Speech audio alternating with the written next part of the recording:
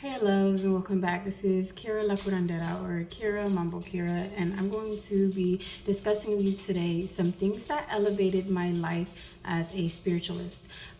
So these can be items that are really good, whether you are an advanced practitioner, whether you're, a baby witch and you're a newbie to this, it doesn't matter. I feel like it's most important that you actually try to do something, put yourself out there, experience things. I think people fearmonger a lot when it comes to spirituality, and I'm more so of a you have to experiment and you have to try before you can rule something out and say that it does not work for you. Now, before we get into this, I do have a shop. I have an Etsy shop where I sell a lot of my products, which are my soaps, candles, oils, your spiritual practitioner workings. And I also have another site where you can book a reading with me. I do tea leaf readings, divination or readings. I do healing sessions. I also do a spiritual court reading as well, so you can check that out. All the information is in the description box. I also have a Patreon, and on my Patreon I like to share a lot of articles and information about different spirits, spiritual workings. I have free worksheets and journaling sheets that you can use.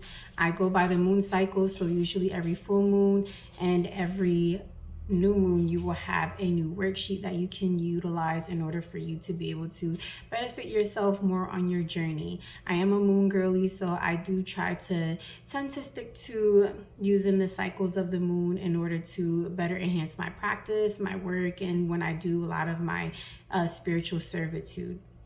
Now, one more thing before we get into today. I am on TikTok, so all of that information is in the description box below. If you have questions, you can always leave a comment. I'm more than happy to respond. I also offer mentorship with my Patreon as well, so you can check that out.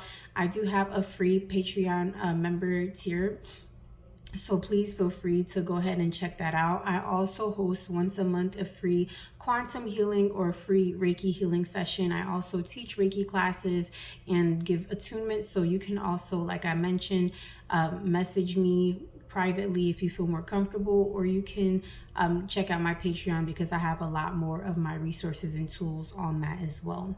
So with that being said, let's go ahead and get into today. And we're just going to talk about spiritual items that you can use to basically enhance your life, enhance your craft, enhance yourself as a witch or as a spiritualist, in order for you to better fine tune your gifts, your psychic gifts, or just so that you can learn to just get more comfortable with the craft, right? So these are things that I typically use on a day-to-day basis, but we're going to talk about divination. I think that's probably the most important thing as a bruja, as a witch, that you can do is divination, and it can be in any form that you want it to be. I think a lot of people try to have restrictions on what you can and you can't do.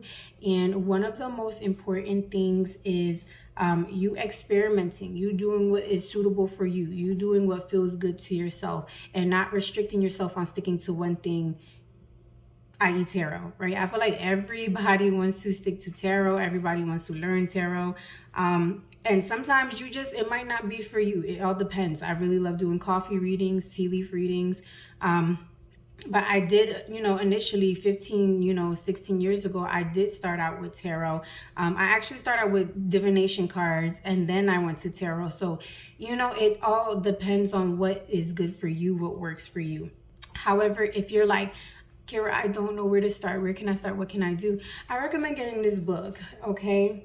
And it's called A Curious Future, and it's a handbook of unusual divination and unique oracle techniques. So I like this book because this author, authoress, she kind of went into details on the different kinds of divination tools that you can use. I'm also a scryer. I like to use a crystal ball, but it took me a little bit of time for me to be comfortable with what kind of technique I wanted to use, what I felt comfortable with using, what resonated with me and what didn't resonate. Even though I am a card girly, I don't need cards anymore for me to be able to determine or utilize or get some kind of answer that I'm asking or needing from spirit, or to connect with my spirits. There's so many different things you can do, and it depends on the tradition. There's different divination techniques that are used in different traditions like Ifa and Ipalo Mayumbe and Voodoo. There's so many different ways that you can divine. I remember many years ago, I was dealing with someone who was a santero, and he was from Colombia, and he know how to do smoke readings. And that's how I learned, like, oh wow, you can do whatever you want with divination. It depends on what, your gifts are, what feel comfortable, and how to fine tune and work with those gifts. But don't feel so restricted that you have to initially go to tarot, because I feel like that's what everyone does, right? Everyone just goes initially to tarot, and sometimes it might not resonate with you. I've had seen readers where they're reading out of the book, right? Because they're trying to memorize everything. Tarot is a lot. But I think it's most important you choose and you do what feels good to you. You don't want to go to somebody and you're getting a tarot reading and they're reading from the book. That's a very uncomfortable and very weird situation for you to be in. So, I think you should take your time when you learn to divinate, and you also use what works best for you. But like I said, this book, it offers different kinds of techniques. She also talks about like using runes. Runes is something else. I also like to say, be mindful when you're doing certain things, because it could belong to a closed practice, or I know some people don't initially have bad intentions when they're trying to do it, but I just always say be very mindful depending on what you do. But for the most part, she has a lot of different options that you can use, or you can look into using that book on when it comes to divination. Now, when I first started doing divination, I mentioned it was cards. I used this deck. It doesn't even have a top anymore. It's so ancient and old. This is a very old deck, but this is where I initially started out reading. It's these gypsy witch fortune teller cards. I don't know how much it costs anymore, but I think I maybe paid like $3 or $4 for these, and this was like well over a decade ago. It was such a long time ago, but they're a little crusty, but I love them. And this was how I was able to really get into reading. They're a little bit descriptive, so these were the first cards that I started to read with when I really started to get into it. Now, you can also do tarot, right? Because tarot is just so, I feel like it's one of those things. It's small. You put it in your purse, you take it with you, put it in your pocket. Whenever you need an answer, you can pull a card based on how the energy feels. I think it's very important to build a connection with your deck. A lot of people don't understand or don't realize that these decks have their own personality. It's, no deck is made the same, no deck is the same, right?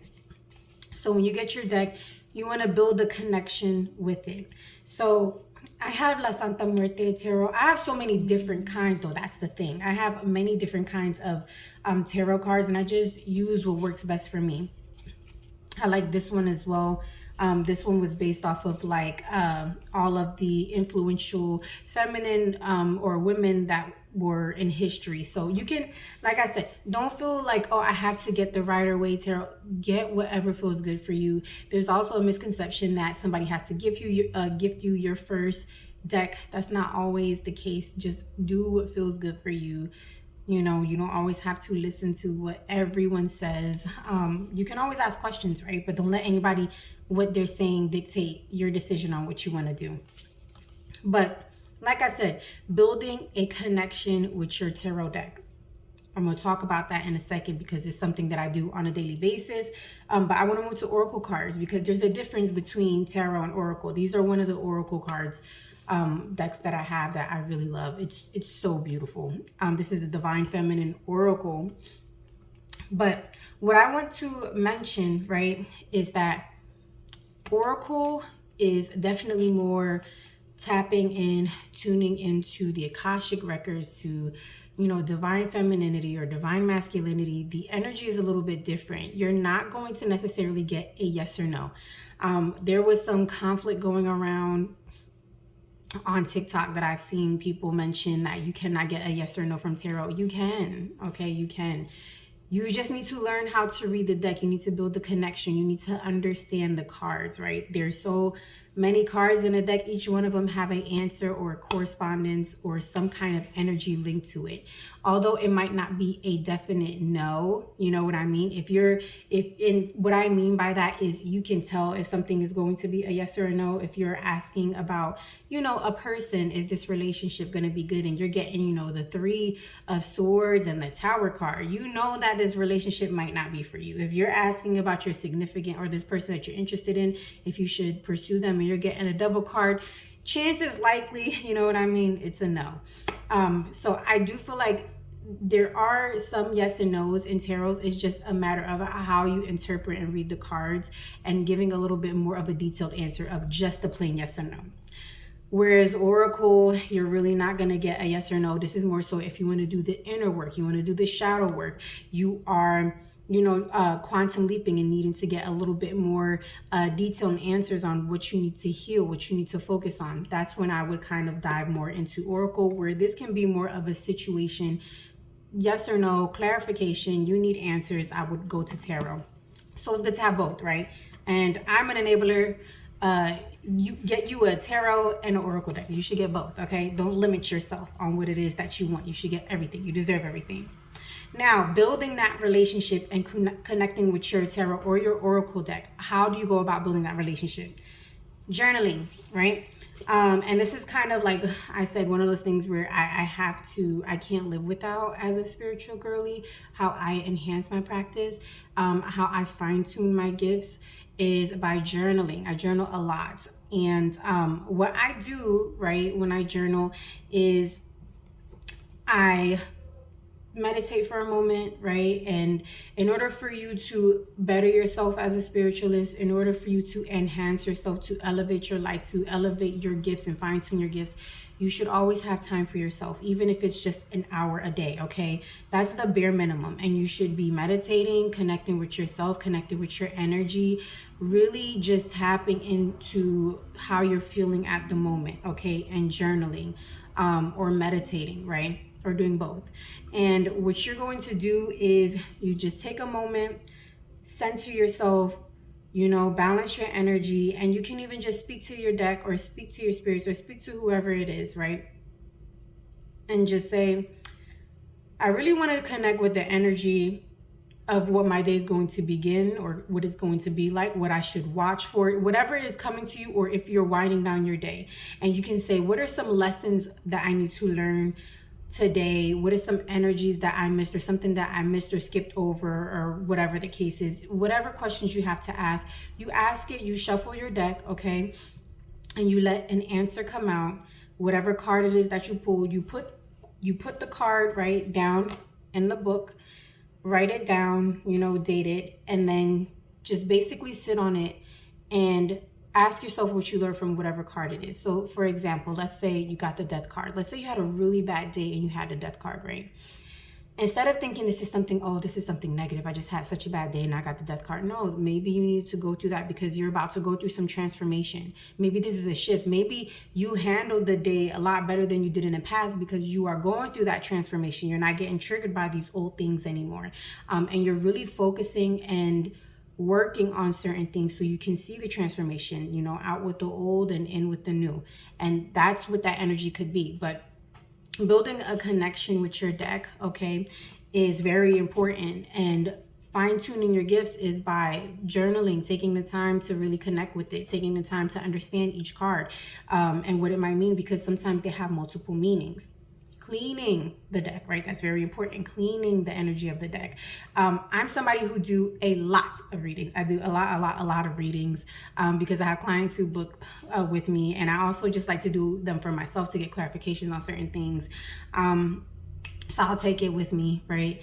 And like I said, I journal, but you need to clean the deck, clean the energy of the deck, because then you start to feel so heavy from channeling all this energy and tapping in. So of course, spiritual hygiene for yourself is important, but also for your deck, because these are the divination tools that you're using, just like crystals, right? And we'll talk about crystals in a moment. But you need to cleanse the energy of the deck. What I do is put my deck on my ancestor Boveda. I am Native American. On my mother's side, they're from the Arawak tribe, so I do use sage I do use different kinds of herbs. Rosemary is also very good. You can also use juniper, is very good. I also use incense, right? If you have incense, it doesn't matter. Nag champa, I think that's everyone's favorite. It smells so good. But you can just, even if you want to use some resin, some frankincense, some white copal is very good to use. You burn it, right? And then you just pass the energy of the deck over it, open the cards a little bit and just wave it over the smoke so that you're able to cleanse it. And I put it on my boveda, on my altar, and then I put a crystal on top, or you can use a white alum stone as well to balance the energy of it. And make sure you're just cleansing the deck when you use it. The same with the oracle cards. You can also use a selenite slab. And I use selenite when I do Reiki healing sessions. I use it to pass over, someone's energy when I do Reiki. But also you can use it for cleansing your deck as well, because selenite is one of those crystals where it is like, it's a super crystal to me.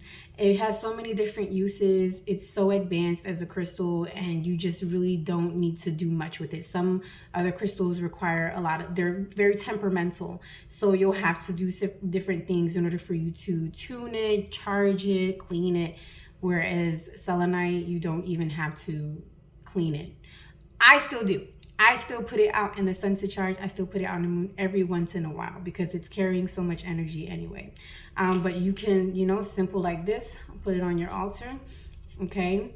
So that it's able to absorb all of the energy out of the cards that the cards are holding on to. So you can just use a simple selenite slab to cleanse your deck.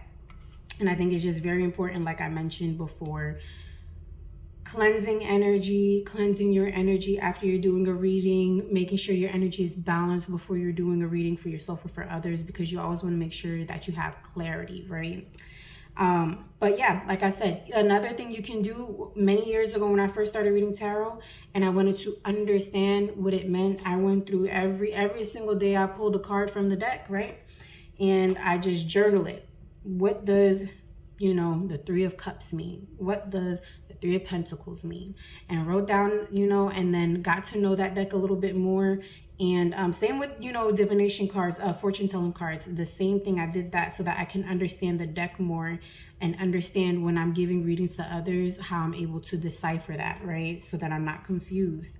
So I think journaling is very important. Connecting with yourself, meditating how you're feeling, keeping yourself grounded, and, discussing your emotions, because I feel like we're in a world where you can't really tell everybody everything, right? Not everybody's going to understand you, but, good old journaling, you always going to be able to understand yourself.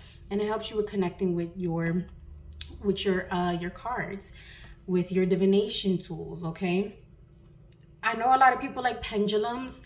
Pendulums are okay for me. Do I use pendulums all the time? No. I will say because energy can influence it. I feel like you have to be very balanced to use a pendulum. I've seen people, and I know this will sound, a little woo-woo, but if you're on this channel, things are gonna just be woo-woo already. But I've had people who went into psychosis from talking to spirits through using a pendulum and a pendulum board. I did at one point use a pendulum and a pendulum board, but sometimes you could be interacting with. So if you're not advanced and you don't know what you're doing, you could be interacting with spirits. I will use a pendulum more so when I do Reiki healing on someone to see if the chakras are open, if they're stagnant. And usually what you do, very easy, you just hold the pendulum over somebody and their chakras. And if it's stagnant and it's not moving, then that's letting you know there's some kind of blockage there, and that's where you want to focus more of the energy during the session. So I usually use a pendulum when I'm doing some kind of Reiki healing. Now, I've had people do divination where they try to tap into someone's energy, to get the answers for something, and they went into full-blown psychosis because they weren't, good, proper spiritual hygiene. Like I said, not trying to fear monger, because I feel like you should learn to use things that works best for you on your spiritual journey. But like I said, I've seen negative things happen where if you're not keeping yourself clean, this person was convinced that, they were I do believe in reincarnation, but they believed they was reincarnated into Mary Magdalene, and they were here to do all this healing, and that's fine. I believe in reincarnation. I believe everybody has some kind of, spirit that walks with them, that guides them, whatever the case is. But this person was not, like, they were just not sane. They were doing things that were just not okay, and telling people things that were not okay, and, breaking up marriages and all this other stuff. It was just very, I can see that this person was not spiritually well.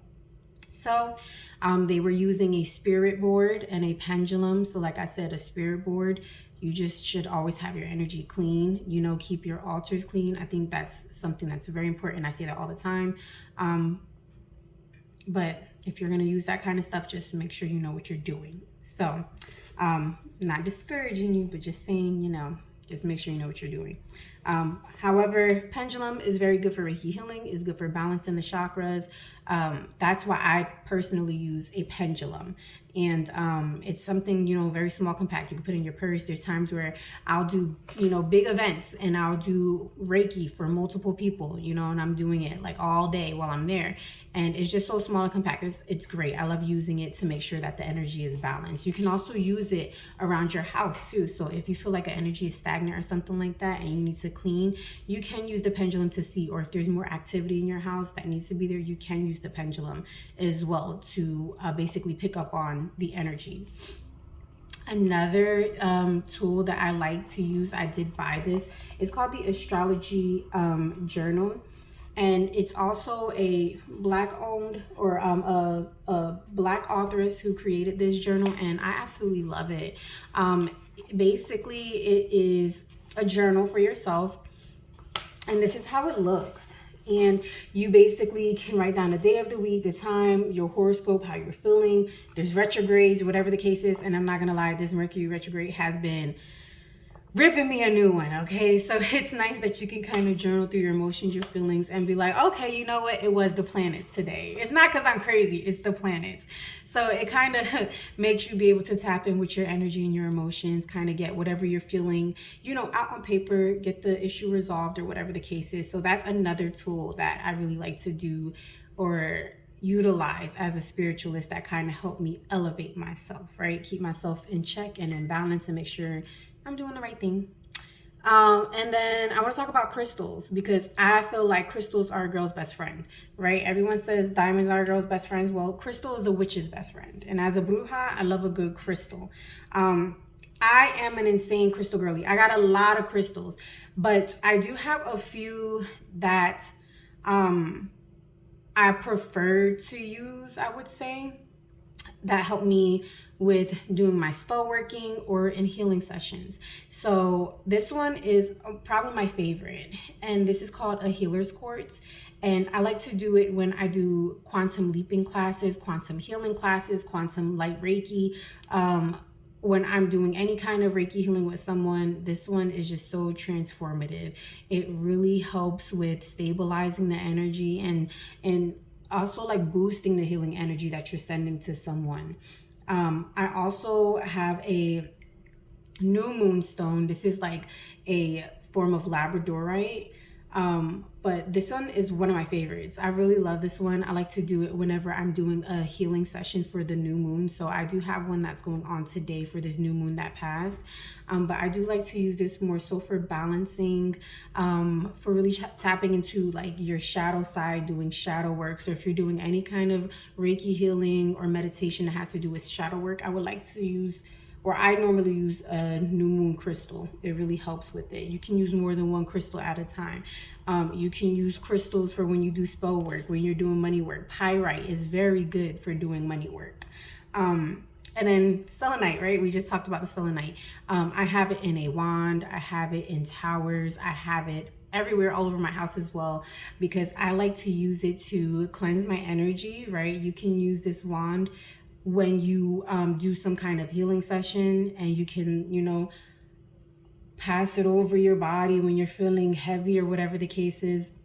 And then I put it, like I said, when you're done using your crystals, after you've used them for whether you're doing spell work, candle work, or whatever the case is, or a healing session on somebody like that, I just like to cleanse them. You could cleanse the energy with sage, right? With burning some herbs, burning some uh, resins or copal, in order for you to clean the energy and pass it through. And then you're going to want to charge it. Remember, the sun charges, the sun energizes, it amplifies the energy. So it's good to put it in the sun after that. And then the moon, right? The moon also cleanses it. And it also removes it removes like heavy energy, negative energy.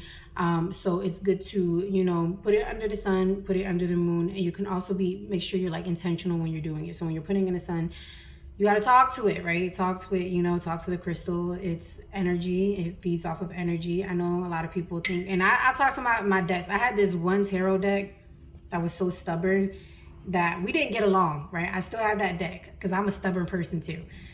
I ain't get rid of that deck, but I had to give it a few pep talks because every time I try to do a reading with it, it was like not giving me accurate cards. It starts spitting everything out. It was a very stubborn deck. It took me a very long time to be able to like finally feel comfortable working with that deck. But me and that deck have beef. But I do have some decks where like I always go to, I have my go-to decks that make me feel comfortable, that I'm okay with. But I have some decks that had not so great personality. So make sure you're building a connection, building a bond with your deck. I know it sounds very weird, but it is what it is. Everything is energy. Everything is spirit. Everything is connected to you, right? But those are just a few tools I like to use. I know in one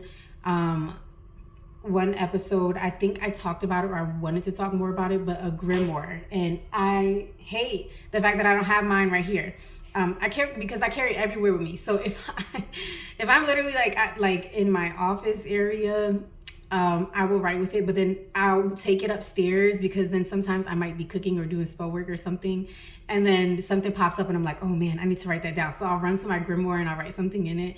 But I don't have it with me, but a grimoire, right? A grimoire, and what it is a book. It's a spell book. It's your book of spells. It's your book of shadows. And it's so that you're able to really put down your spell work, what works, what doesn't work. I think we live in a society where spiritually everyone thinks that the first time you do some spell work is going to go well, everything's going to be perfect. Sometimes it doesn't, right? And then you have to tweak a few things, right?